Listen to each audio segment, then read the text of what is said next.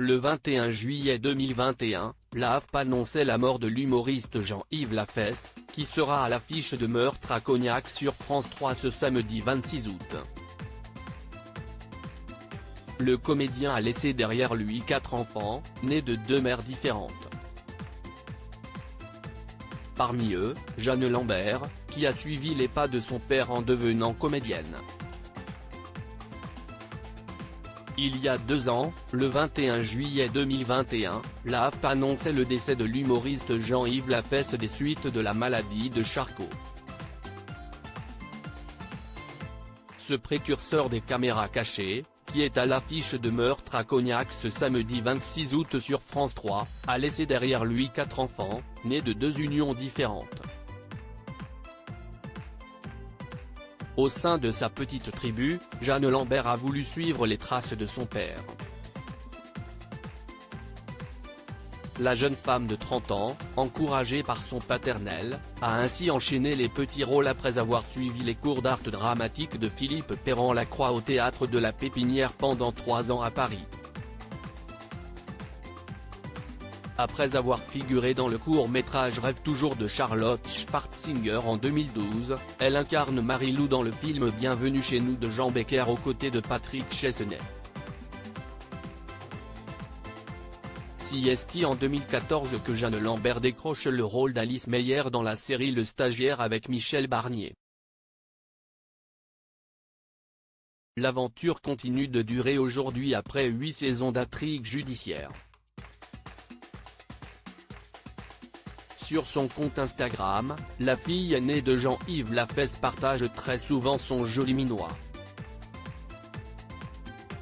La belle brune à la moue boudeuse n'est pas sans rappeler son papa adoré.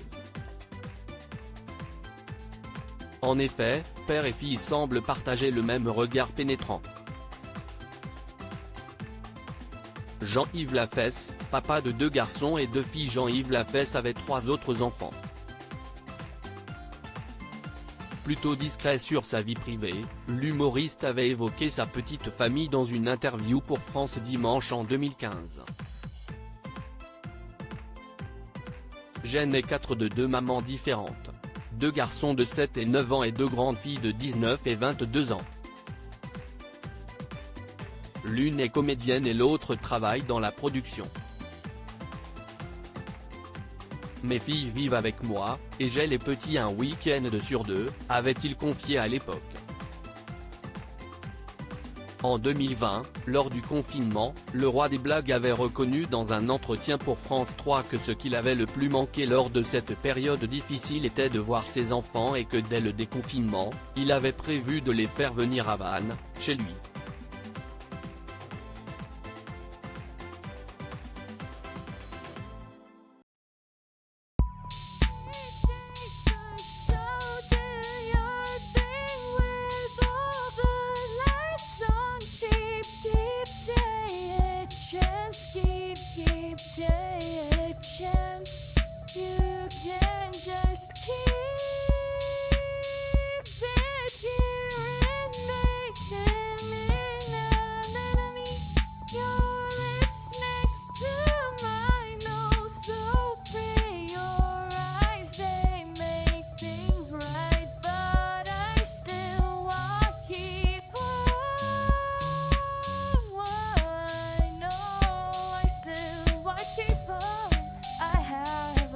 Keep it up.